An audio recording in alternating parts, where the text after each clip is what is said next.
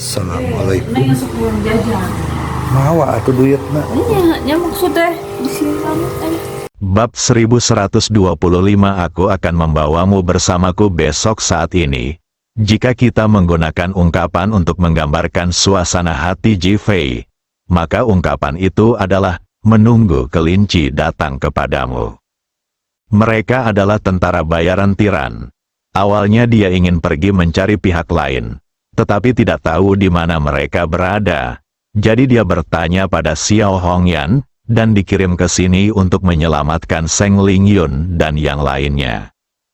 Tanpa diduga, tepat saat dia merasa sedikit kecewa dan hendak pergi, para tentara bayaran tiran benar-benar datang atas inisiatif mereka sendiri dan mengantarkan diri ke pintu rumahnya. Aku tidak tahu apakah itu berkat Xiao Hongyan, tapi Ji Fei benar-benar yakin itu ada hubungannya dengan Xiao Hongyan. Para tentara bayaran tiran melihat kekacauan di tempat kejadian dan langsung menjadi waspada. Pria di depan telah memberi isyarat agar orang di belakangnya mundur. Sekarang kamu sudah di sini. Jangan pergi. Saat Ji Fei selesai berbicara, dia sudah mendekati para tentara bayaran tiran. Ji Fei, ketika para tentara bayaran tiran melihat bahwa itu adalah Ji Fei, mereka berteriak serempak dan meletakkan tangan di pinggang, siap untuk beraksi. Mereka adalah orang-orang yang baru saja mencoba menyergap Ji Fei, tetapi gagal, jadi mereka datang ke kota dan berencana untuk minum dan bersantai. Saya tidak menyangka akan bertemu di sini, dan kedua belah pihak sudah diambang pertarungan. Namun tubuh Ji Fei di depan mereka dengan cepat berubah menjadi bayangan. Bayangan yang tidak mungkin dilihat dengan jelas. Kemudian diikuti oleh jeritan menyedihkan dari orang-orang tersebut dan suara tangan dan kaki patah. Para anggota Tyrant Mercenaries yang malang terjatuh ke tanah sebelum mereka sempat melihat gerakan Ji Fei.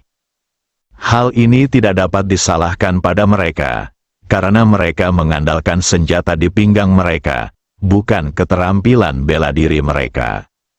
Alasan lainnya adalah karena Ji Fei terlalu kuat, begitu kuatnya sehingga mereka tidak bisa melawan sama sekali.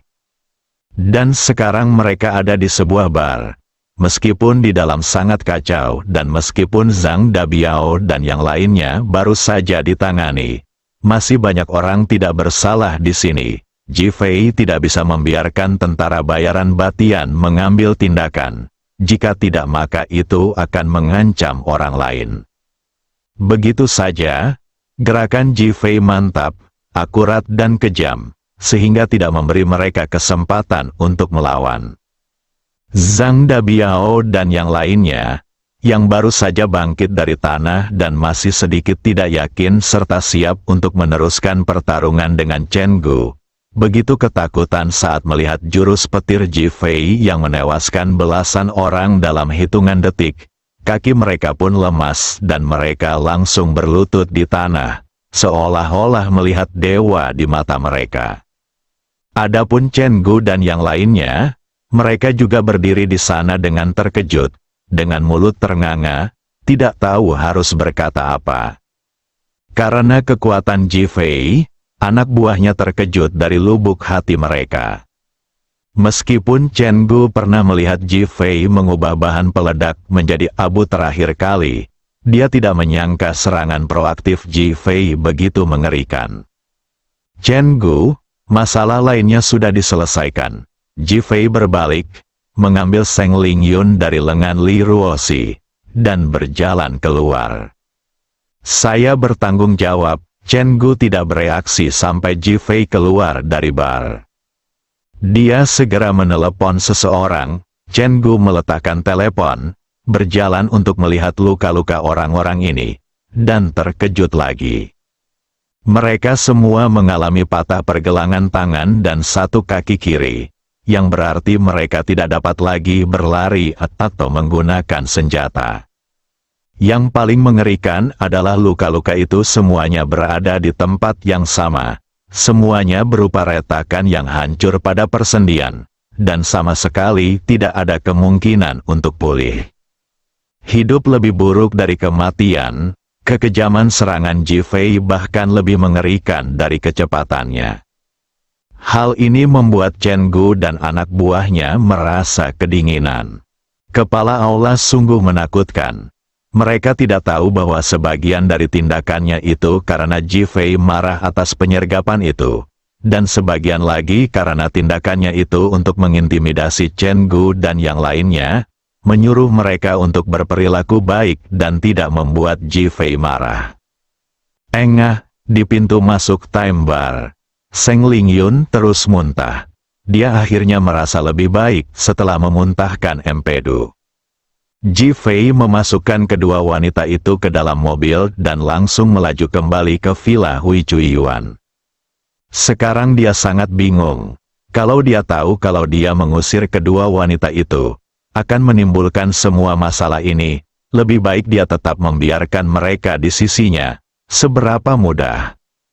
Ji-Fei kembali ke villa dan baru saja memarkir mobilnya ketika dia merasakan aura pembunuh mengelilingi villa. Ada cahaya dingin di matanya. Li Ruoxi dan beberapa wanita ingin turun dari mobil, tetapi dihentikan oleh Ji-Fei. Dia mengeluarkan telepon genggamnya dan mulai mengklik video pengawasan, memutar waktu hingga saat dia pergi. Kemudian dia melihat sekilas dan memastikan bahwa orang-orang yang datang tidak membawa senjata, dan dia langsung merasa lega. Keluar dari mobil, Ji-Fei berkata dengan sangat tenang. Keempat wanita itu keluar dari mobil dengan hati-hati dan mengikuti Ji-Fei. Ji-Fei berjalan di depan dan keempat wanita itu berjalan di belakang. Dia tampak sangat santai, seolah-olah dia sama sekali tidak menyadari bahayanya. Dalam kegelapan, banyak pasang mata menatap Ji-Fei dan teman-temannya. Beberapa orang bahkan melihat ke arah orang yang bertanggung jawab atas komando. Pada saat ini, seorang pemuda berusia 20-an, memegang pisau patah di tangannya, menatap Ji-Fei dengan mata tajam. Dia mengangkat pisau patah di tangannya beberapa kali, tetapi melihat ketenangan Ji-Fei, dia akhirnya menahan diri dan menekan keinginan untuk menyerang. Pada akhirnya, mereka tidak mengambil tindakan apapun sampai Ji-Fei memasuki villa. Saudara Dong, mengapa kita tidak mengambil tindakan? Menarik, Du Jindong memberi perintah dan anak buahnya segera mundur dari villa Ji-Fei. Pada saat ini, Ji-Fei telah kembali. Melihat orang-orang itu pergi, senyum mengembang di sudut mulutnya. Kalian cukup pintar. Kalian telah menyelamatkan hidup kalian. Sekarang, bagi Ji-Fei, kecuali tuan seperti saudara Long, orang-orang seperti ini dapat langsung dibunuh olehnya. Dia sangat marah karena mereka memasuki villanya. Akan tetapi, karena mempertimbangkan perasaan para wanita itu, dia tidak mengambil tindakan saat itu juga, dan memberi mereka kesempatan untuk melarikan diri. Ketika saya tenang dan keluar lagi, pihak lainnya sudah melarikan diri. Kecepatannya sangat cepat. Ji-Fei berbalik dan kembali ke villa. Seng Lingyun dan Huo Lei sudah sadar dan tampak malu di wajah mereka. Nona-nona cantik, kalian masih belum bisa minum, mau aku minum bersama kalian? Ji-Fei menggoda kedua wanita itu. Situasi antara kedua wanita itu sudah cukup canggung, dan ejekan Ji-Fei membuatnya semakin canggung. Seng Lingyun bersikap lebih berani. Kakak butuh teman tidur. Kamu baik-baik saja. Ji-Fei, Fiu, haha. Li Ruoxi dan Long Qir tertawa bersamaan. Huo Lei dan Seng Lingyun tidak bisa menahan tawa. Beberapa orang langsung tertawa terbahak-bahak. Ji-Fei mengangkat tangannya dan menyentuh hidungnya, lalu berkata dengan tidak senang, Long Qir masih anak-anak, jangan katakan kata-kata yang tidak pantas seperti itu di rumah lagi. Long Qir, saya malah menjadi orang yang tidak beruntung. Dengan alpaka yang berlari dalam hatinya, dia berdiri dan ingin membantah. "Kembalilah ke kamarmu dan tidur," Ji Fei tiba-tiba berkata dengan mendominasi. "Anda," Ji Fei sudah memegang tangan Li Ruoxi, "Istri, ayo tidur." Setelah beberapa canda, para wanita itu bersantai dan Ji Fei membawa Li Ruoxi ke atas. Ketegangan di hati Seng Lingyun dan Huo Lei mereda, dan mereka bergegas ke kamar mandi. Bau alkohol menguasai mereka. Meskipun Long Ke'er tidak senang, dia menahan diri. "Ji Fei, kamu akan menemaniku ke taman hiburan besok." Li Ruoxi, Seng Lingyun dan yang lainnya menatap Ji Fei dengan mata penuh tanya, bertanya-tanya bagaimana dia bisa menyetujui permintaan ini. "Aku akan membawamu ke sana besok," Ji Fei tiba-tiba setuju dengan mudah. Para wanita itu tertegun dan mengira mereka sedang bermimpi. Bab 1126 Bocah kecil hari berikutnya. Ji Fei sedang dalam suasana hati yang baik. Dia bangun pagi, menyelesaikan latihannya, dan kemudian keluar untuk membeli sarapan. Begitu dia masuk ke dalam rumah, dia langsung mencium bau terbakar. Dia menjadi gugup dan berlari menuju dapur. Hasil dia melihat suatu pemandangan yang tidak pernah dibayangkan dalam mimpinya. Seng Lingyun dan Huo Lei sedang sibuk menyiapkan sarapan. Kedua wanita itu mengenakan celemek dan tampak cukup rapi, tetapi mereka tampak begitu canggung sehingga membuat orang-orang terdiam. Ketika kedua wanita itu melihat Ji Fei, mereka langsung tampak malu. Seng Lingyun membuang sekopnya dan berkata, "Aku tidak bisa melakukannya dengan baik." Penuh frustrasi, Huo Lei menatap sarapan di tangan Ji Fei dan berkata, "Kakak, kenapa kamu tidak mengatakan sesuatu? Kenapa kita harus mempermalukan diri sendiri?" Tampilan kematian yang sama, Ji Fei menarik napas dalam-dalam dan menekan emosi di hatinya.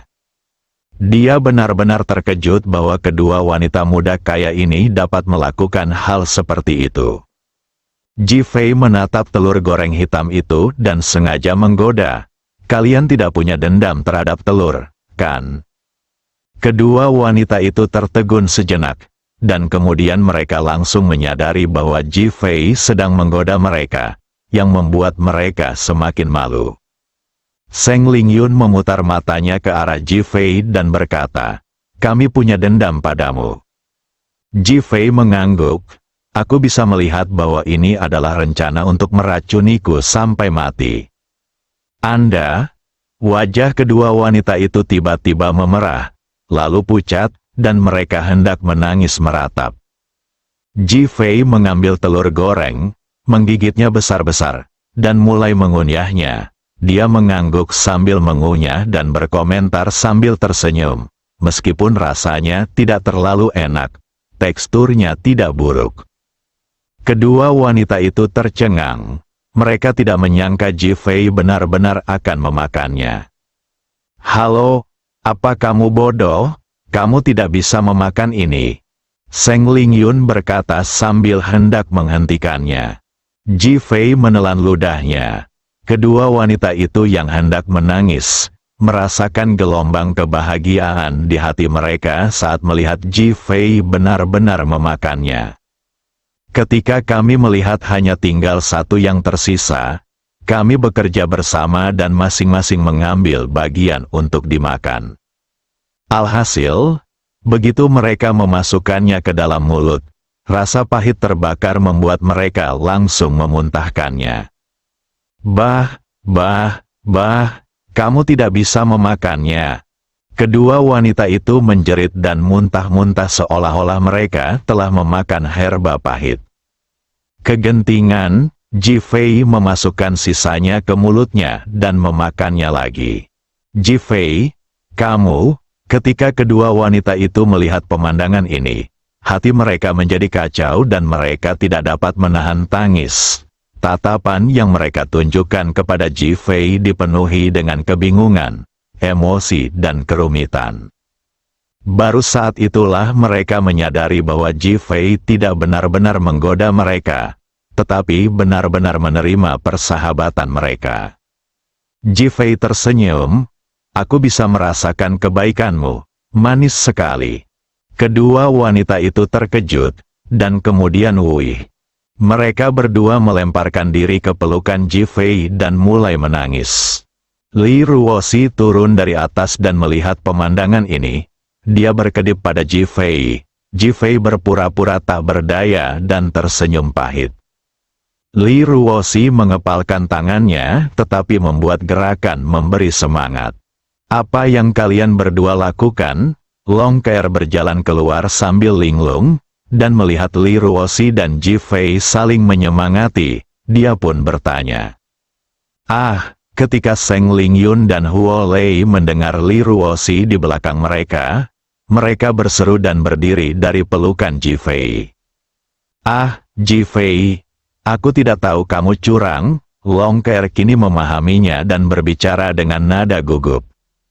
Ji Fei, dia ingin mencekik Long Ke'er sampai mati. Mata manakah yang melihat dia berbuat curang? Apakah dia begitu tidak tahu malu hingga mengkhianati istrinya? Dia hanya mencoba membuat kedua wanita itu lebih mudah menghadapinya. Wajah Seng Lingyun dan Huo Lei memerah sampai ke leher. Mereka menatap Li Ruoxi, ingin menjelaskan. Li Ruoxi tersenyum dan menatap Long Ke'er. "Ibu Ji Fei sudah ada di sini. Kita semua sekarang adalah keluarga. Apa kamu tidak tahu?" Long Ke'er berseru dan menatap Ji Fei. "Apakah kalian semua keluarga?" Ji Fei mengangguk. "Apakah semua wanita ada hubungannya denganmu?" Ji Fei tidak ingin menjelaskan dan hanya mengangguk. "Saya juga." Long Ke'er dengan gembira melangkah maju dan hendak memeluk Ji Fei. Keluar dari sini, Ji Fei langsung menghentikannya. Tubuh Long Ke'er tiba-tiba berhenti bergerak maju dan dia menatap Ji Fei.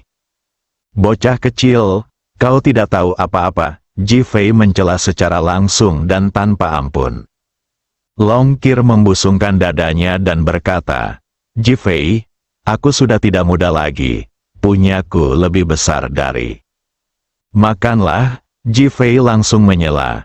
Li Ruoxi meraih Long Ke'er dan berkata, "Jangan main-main lagi. Apakah kamu tidak ingin pergi ke taman hiburan hari ini?" "Ya, ayo kita pergi ke taman bermain." Long Ke'er langsung menjadi sangat gembira. "Kecuali anak-anak nakal, siapa yang mau pergi ke taman bermain?"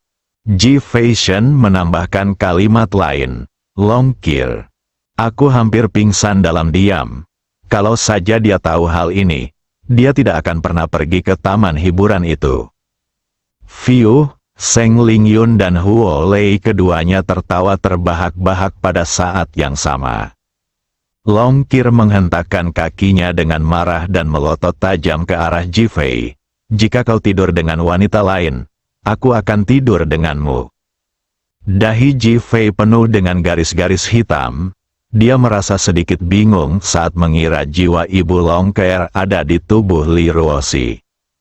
Ketika Anda memikirkan fakta bahwa saudara Long adalah ayah Long Ke'er, segalanya menjadi makin membingungkan. Setelah mereka sarapan, Ji Fei menunggu hampir 1 jam sebelum keempat wanita itu menyelesaikan pekerjaan mereka. Li Ruoxi mengenakan pakaian olahraga putih, Seng Lingyun mengenakan pakaian olahraga abu-abu, Huo Lei mengenakan pakaian olahraga kuning, dan Long Ke'er mengenakan pakaian olahraga merah.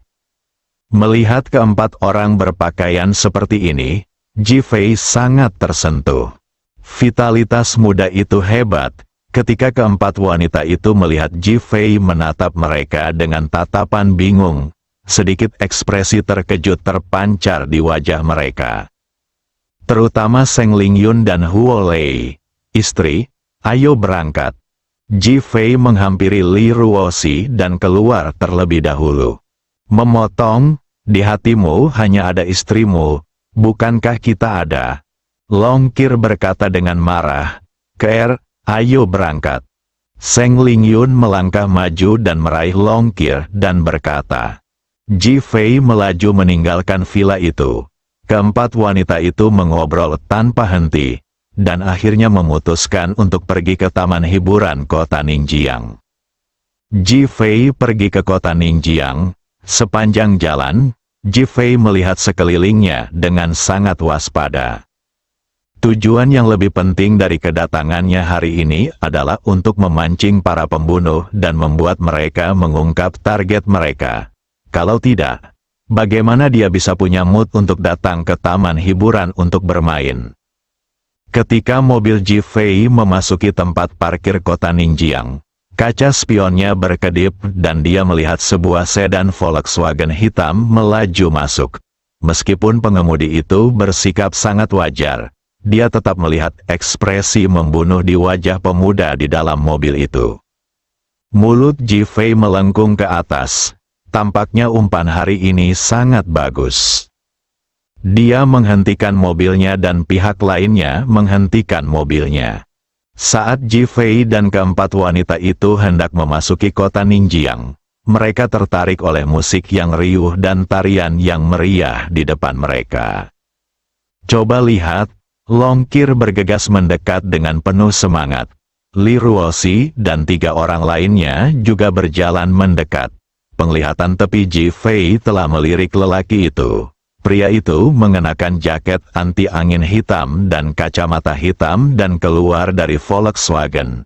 Temperamen dan pakaiannya membentuk kontras yang tajam. Jika Ji Fei tidak menyadarinya, dia tidak akan pernah mengira bahwa dia sedang mengendarai Volkswagen. Bersambung.